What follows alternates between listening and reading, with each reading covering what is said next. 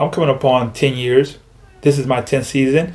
And I'm going to tell you right now, for all the money that was equated compared to what is now, doesn't add up. It does not add up. All the money that I've made in the start of my career to the 10-year mark, it does not add up. Now, I take full responsibility for that, for not being financially intelligent, not being financially literate. That is on me. Mismanage funds, bad investments, just not being attentive with my money when it comes to what I equated with and what I grossed and what I netted and what I should have in the years that I've played.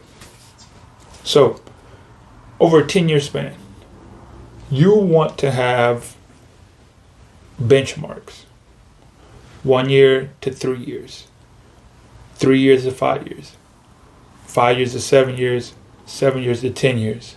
And in that time period, you want to have certain marks at which you want to reach. For example, between 1 to 3 years, an average rookie salary, if you're playing for about 8 months. So we're just kind of going through this. So let's just say from 1 to 3 years, you're not going to make the same amount, and you play consistently.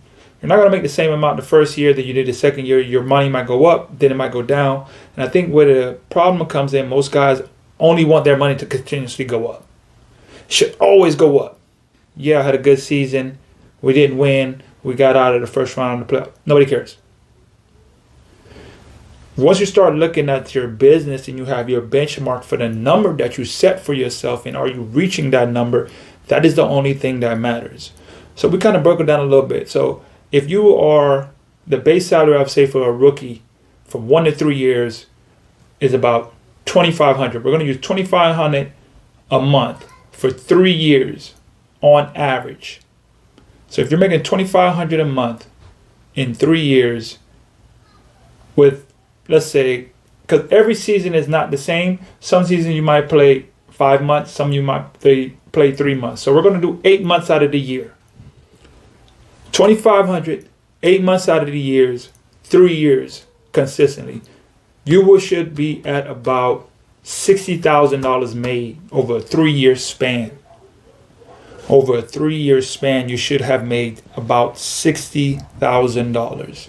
If you had held a consistent $2,500 on average, some years it might be up. You might get $3,500. Some years somebody might offer you $2,000. Some year, one season, a team might offer you $25,000. Just so many goes on in between that. So you want to just have the base of $2,500, 8 months, 3 years. That should be your goal. $2,500 a month, 8 months a year, 3 years consistently. You should have grossed $60,000. You want to have saved about $20,000. Within that time period, you should have made about $60,000 gross and should have saved $20,000, a third of that. You should be able to save a third. That gives you 3 years to live off of $40,000 with no rent, food covered, transportation covered for 8 months out of the year. Once you start breaking the game down strategically, because most guys, their issue is that they think that I should be at this set number predeterminedly because of what I believe. Doesn't matter what you believe. It's what the market is giving you. It's whatever market you're in, and what you can negotiate the best to fit your criteria of the number that you have set for yourself pre-existing.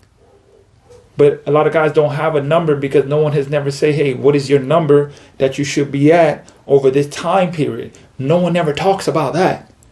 No one ever brings up, hey, you should be at this amount, and based on the trajectory of your growth, you should change agents around this mark.